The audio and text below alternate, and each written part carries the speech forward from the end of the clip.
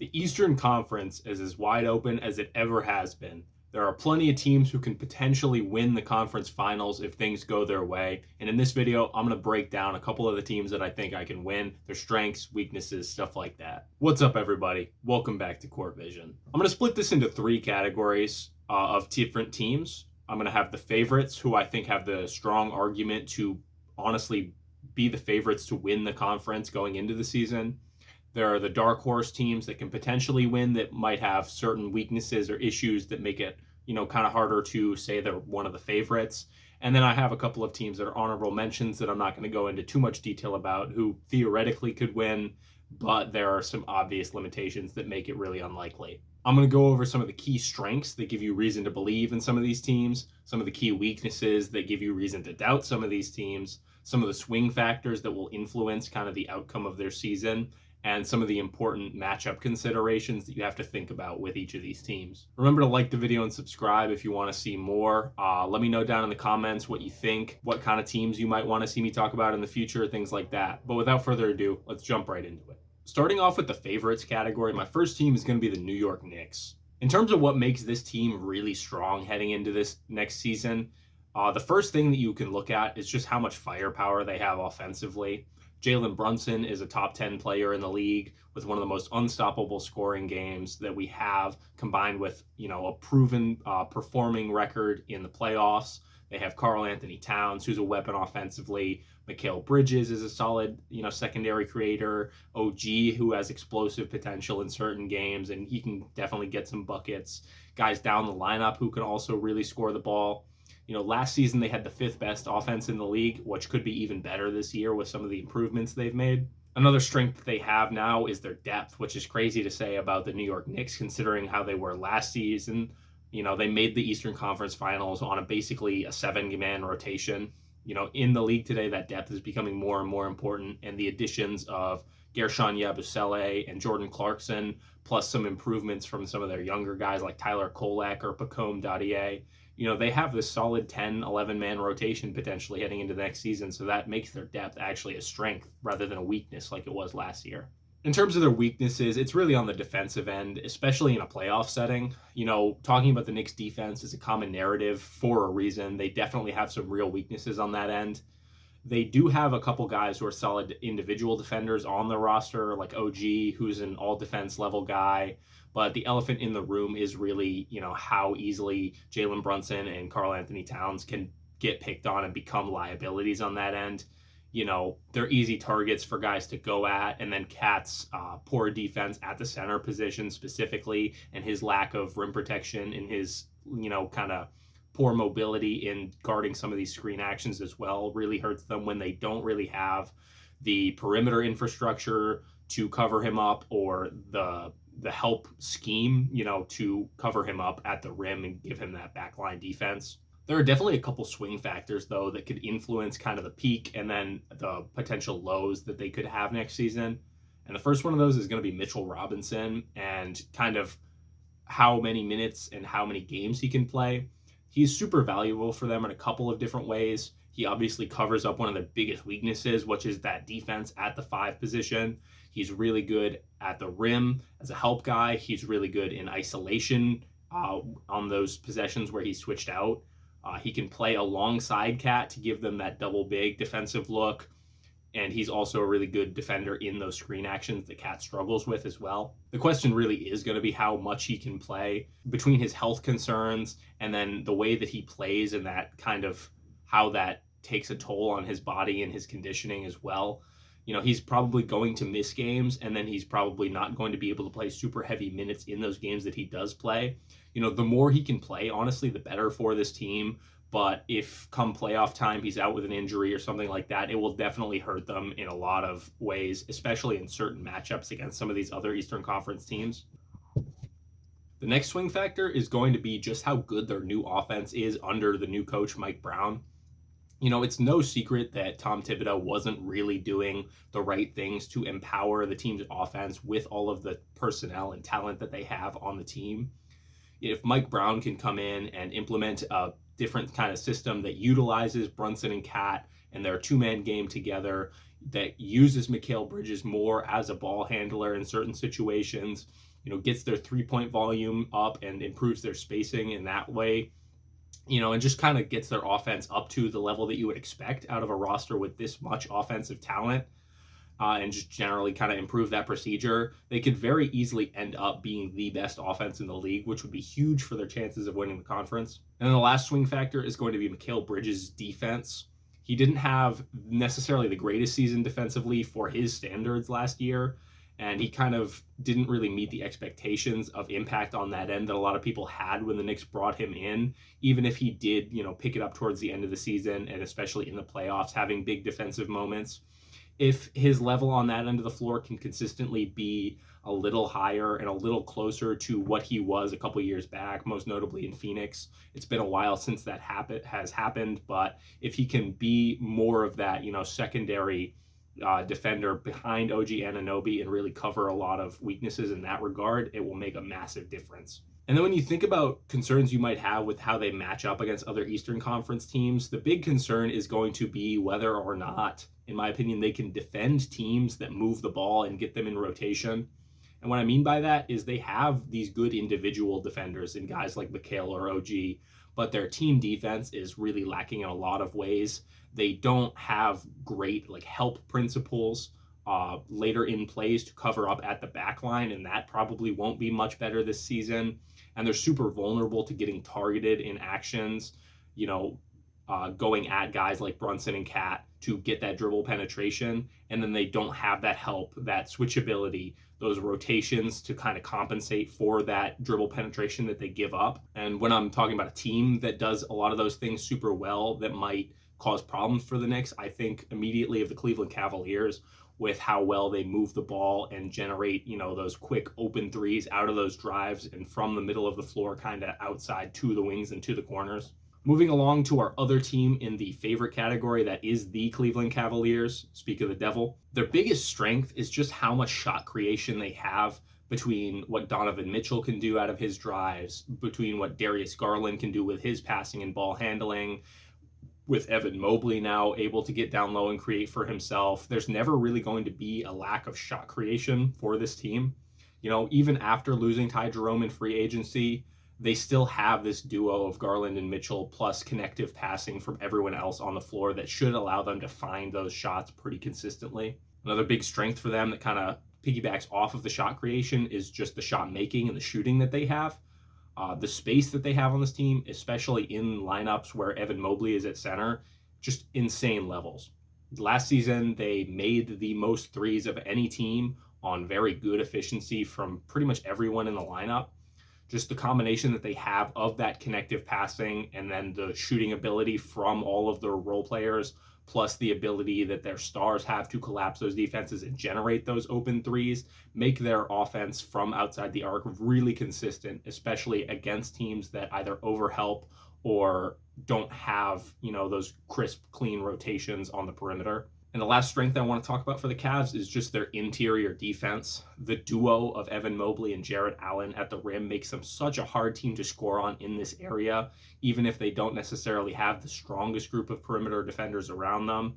They've been top 3 in opponent field goal percentage at the rim for 4 straight seasons, and this should continue, if not get better, with the continuing improvement of Evan Mobley going into next season. If I'm going to talk about weaknesses, on paper they don't have a ton of obvious weaknesses, but the one I could point to is just their perimeter defense. In their starting lineup, they have those 2 small guards in Mitchell and Garland who can get picked on defensively, and then the wings that they have and the forwards that they have also aren't perfect defenders either. They can compensate for this a little bit with their interior defense and with those aggressive closeouts and rotations that they have to deny threes, but they definitely still can get picked apart by those, more powerful, strong drive and kick offenses, or potentially even getting attacked off the dribble on the perimeter.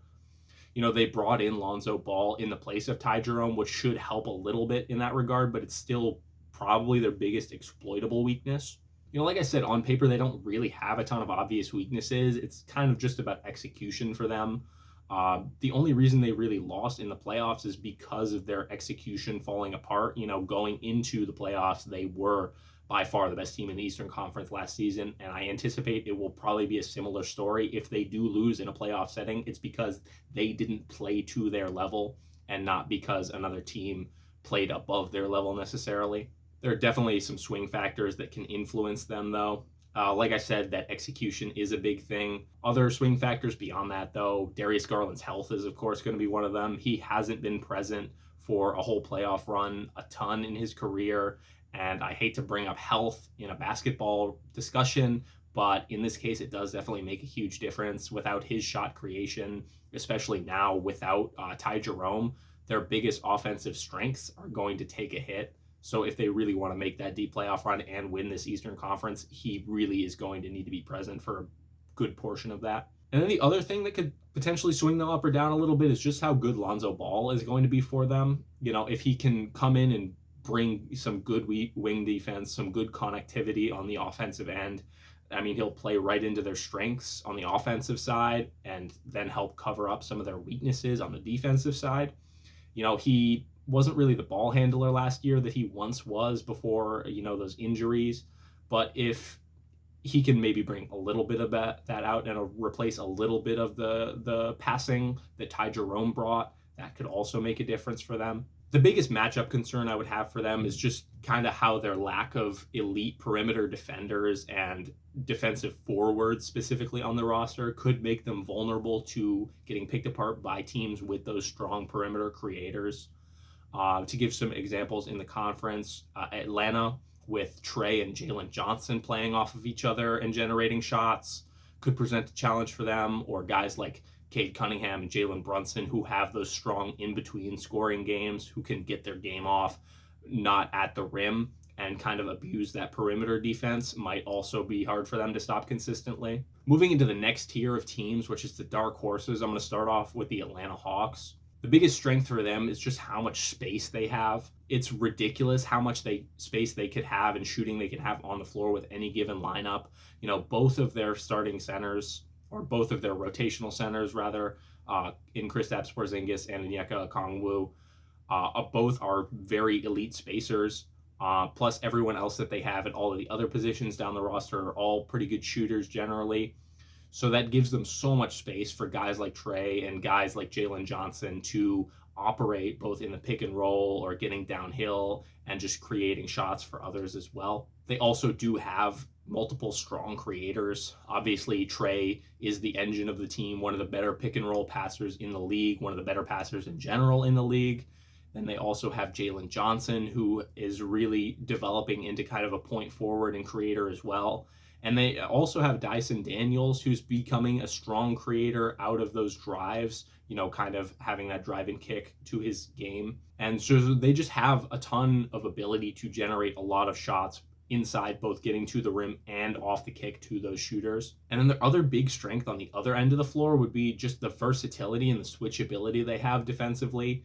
You know, the combination of Dyson Daniels, who is elite at generating deflections and steals, with KP as a rim protector, as well as some of these other guys on the roster like Nickeil Alexander-Walker, Zachary Reese-Shea, these guys who can switch multiple positions and hold up on the perimeter. They just have such solid personnel. And then on top of that, they have the ability to go into different kinds of lineups. They can go big with Onyeka Okongwu and KP playing together. They could have big lineups without Trey on the floor, with Jalen Johnson basically playing point guard, along with just a bunch of big guys out there on the floor to give that kind of defensive look. They can play, you know, small ball potentially in certain situations. So they just have so much versatility and switchability across their roster that they can definitely adapt their scheme to kind of whatever challenge they're facing. For weaknesses, they don't necessarily have like obvious weaknesses that you point to. You know, they're a good offensive team, a good defensive team, but something that might actually pose a challenge in a playoff setting is how they don't really have anyone on the roster with a great in-between or mid-range game. You know, Trey and Dyson both have their floater that they can get to, but aside from that, the team really feels like a rim or three kind of offense. You know, defenses can potentially exploit that by working to deny catch and shoots and then having that help at the rim as well. A team that runs a good zone, for example, could really be a challenge for them to break offensively. The reason that this team is in the kind of dark horse category and not the favorite category is because of some of their swing factors. They're potentially some of the biggest swing factors for any team. Obvious one is going to be health. Again, I don't love talking about health, but it is something that is important to mention with this team. Jalen Johnson has an injury history. KP famously has an injury history. If these guys or some of the other guys as well are hurt for a lot of the season and or in the playoffs, they just won't have the ceiling that they need to beat some of the best teams in the Eastern Conference. Trae Young's scoring is another swing factor for them. He has some up and down stretches in terms of his efficiency, particularly on his off the dribble three and his floater. So you'd like to see him knocking those shots down at an efficient level at the right time, because if he's not, they definitely lose something from him both as a scorer and a playmaker, because his scoring makes his playmaking easier. And on top of that, he's already not a plus on the defensive end. And then the last kind of swing factor is just the level of defense we see out of Jalen Johnson and Onyeka Okongwu, because this is partially like a matchup kind of concern as well, but the level of defense we see from them in particular will be important because the East has so many teams with big, strong forwards who love to attack with physicality, guys like Giannis, Paolo Banchero, so on. Jalen Johnson and Onyeka Okongwu will probably be the primary matchup for a lot of those guys in a lot of minutes, because Atlanta doesn't really have a ton of guys with the right physical profile to take on those matchups. So if, as Hawks fans have said, these guys can step up and take on those matchups and do well, that makes them a lot easier to trust in potential playoff matchups. But if they're not able to and they kind of get beaten up by those big, strong forwards on that end, that could be something that prevents them from winning some series. For matchup concerns, like I just said, questions about defending big forwards. But on top of that, they might also struggle against teams that are really good at denying dribbble penetration and denying three-point shots, right?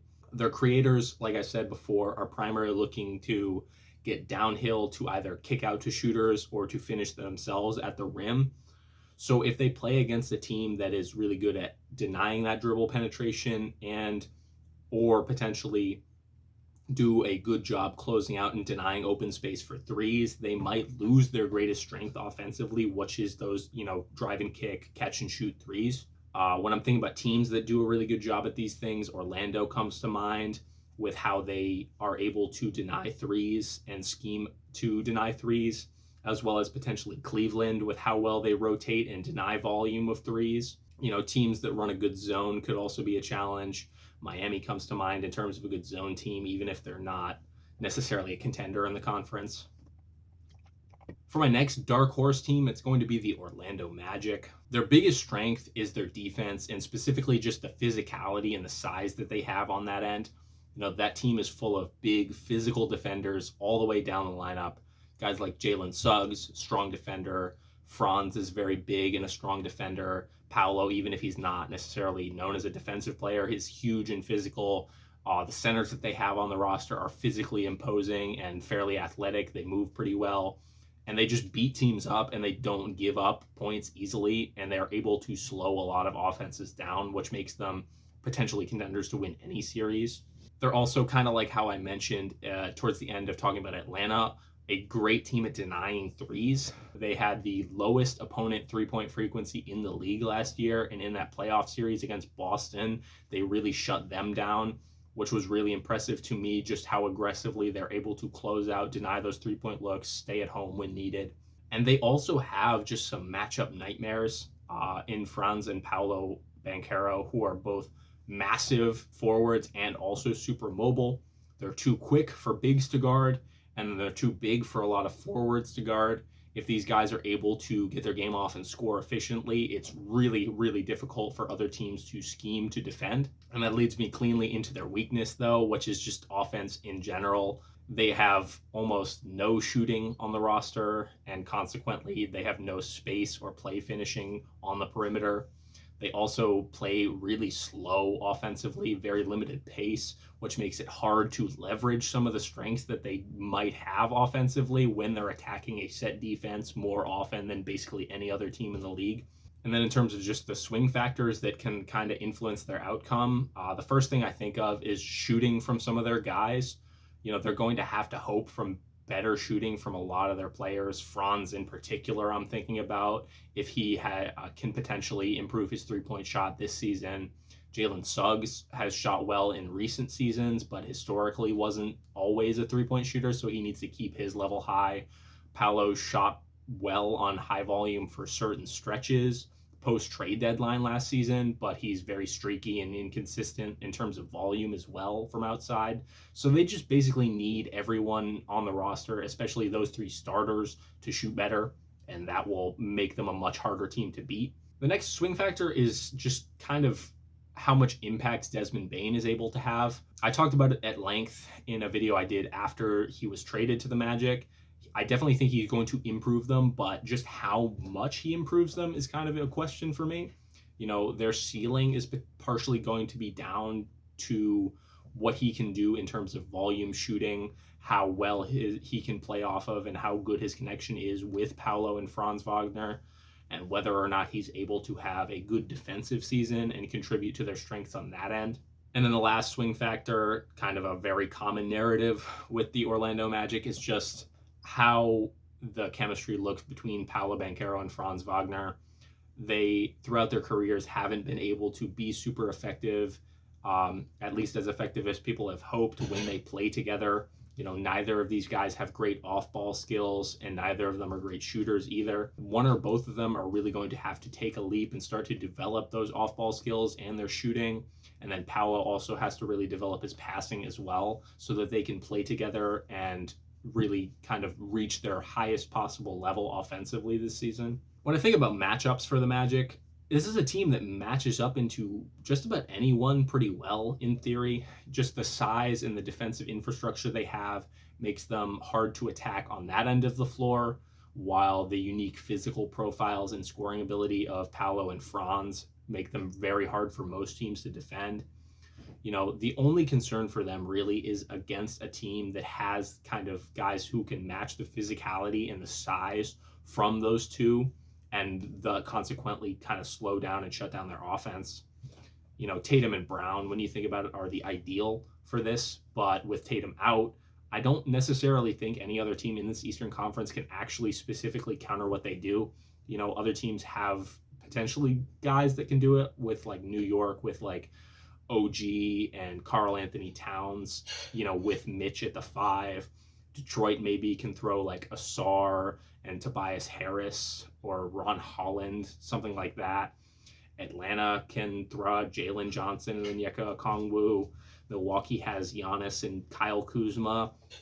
These are all theoretically okay matchups in terms of physical profile, but none of them are ideal for one reason or another. So I kind of think the Orlando Magic are the most matchup-proof team out of the teams that I'm going to talk about today.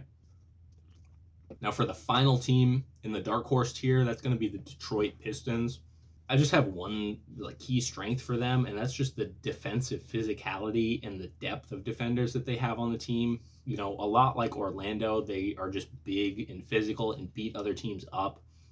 But even more so, I would argue, than Orlando, they just don't have anyone on the floor that is really weak to go on, and their defense is going to keep them competitive in games simply because they just don't really have weaknesses defensively. Their weaknesses, though, will be on the other end of the floor. They aren't really an insanely good shooting team, nor are they insanely good at creating shots either. Beyond the first couple guys on the roster, they don't really have anyone that's capable of generating good shots with the ball in their hands. They have Cade Cunningham, they have Karis LeVert, they have, in theory, Jaden Ivey, but beyond that, they don't really have much shot creation. I guess Tobias Harris. But they also don't have really guys who are shooters that can finish plays from the perimeter with that shooting threat off of their limited creation. They had Malik Beasley last season. Obviously, they don't have Malik Beasley anymore. They brought in Duncan Robinson now, but aside from him, I don't really look at this team having anyone who can be a high volume, efficient, play finisher as a three-point shooter to benefit from Cade Cunningham and the playmaking that he has. On top of that, in the starting lineup, they have two guys in their center, Jalen Duren, and then Asar Thompson, who actively are not three-point shooters at all. And just without that, 3-point shooting and ability to create shots, I just don't think they can keep up offensively with some of the other teams in the East. So they do definitely have to win games on their defense. Their big swing factor is really Jaden Ivey. He wasn't present for most of last season, including the playoffs, because of that kind of injury that he had. Whether or not the Pistons can make a deep run and potentially contend for the conference really comes down to what kind of secondary creation and scoring that he can provide. Last season in the playoffs, it was obvious they desperately needed that exact type of player to come in and be a secondary ball handler, be a scorer. And now they may or may not have it, depending on the level that Jaden Ivey can come in at and produce at. Cade Cunningham's next jump is also a kind of a swing factor for them. He continues to improve as the engine of the team. And if he takes another big jump like he did last season, that could certainly raise their ceiling. Him continuing to improve in his ball security, his off the dribble shooting, and his rim finishing in particular. Those things will be key for just how dominant he can be as a centerpiece of the roster, and consequently how good the roster as a whole can be. When I think about how they match up with other teams, they really struggle with active, handsy defenses, teams that can play passing lanes, that can force turnovers, make life really difficult for Cade and their other ball handlers. In the East, there aren't a ton of teams that are super, super good at this, but teams like Atlanta and Orlando, who have these kind of guys that can really be aggressive, handsy defenders, might be something to worry about. And they're also definitely going to struggle against teams that have strong defensive big men who can defend at the rim and in the pick and roll. Their offense relies a lot on both getting to the rim, driving, and also that Cade/Duren pick and roll. So teams who have great personnel, great defensive big men who can defend both those rim attacks and the pick and roll will definitely create a challenge for them that they need to solve. Again, I look at Atlanta with the length and mobility of their big men, or Cleveland with their two elite defensive big men as teams that could potentially challenge them in this area. Before I get out of here, just two honorable mentions. The Milwaukee Bucks. Giannis is the best player in the conference, and he by himself gives them a pretty high floor, but I just don't think there's enough talent around him to really beat some of these better teams in a 7-game playoff series, unless he just does some insane level of performance and averages like 40, 20, and 20, which is, I guess, technically possible, but I doubt it. And then the Philadelphia 76ers, if Embiid and Paul George are healthy and can give like 70% of what they were able to give in their primes, then sure, the Sixers could theoretically win the Eastern Conference. The reason that they're an honorable mention is because that's not going to happen. If you watch this far in the video, thank you for watching. Let me know what you thought of the video. Let me know what you'd like to see from me going forward. And I'll see you guys in the next one. Thanks.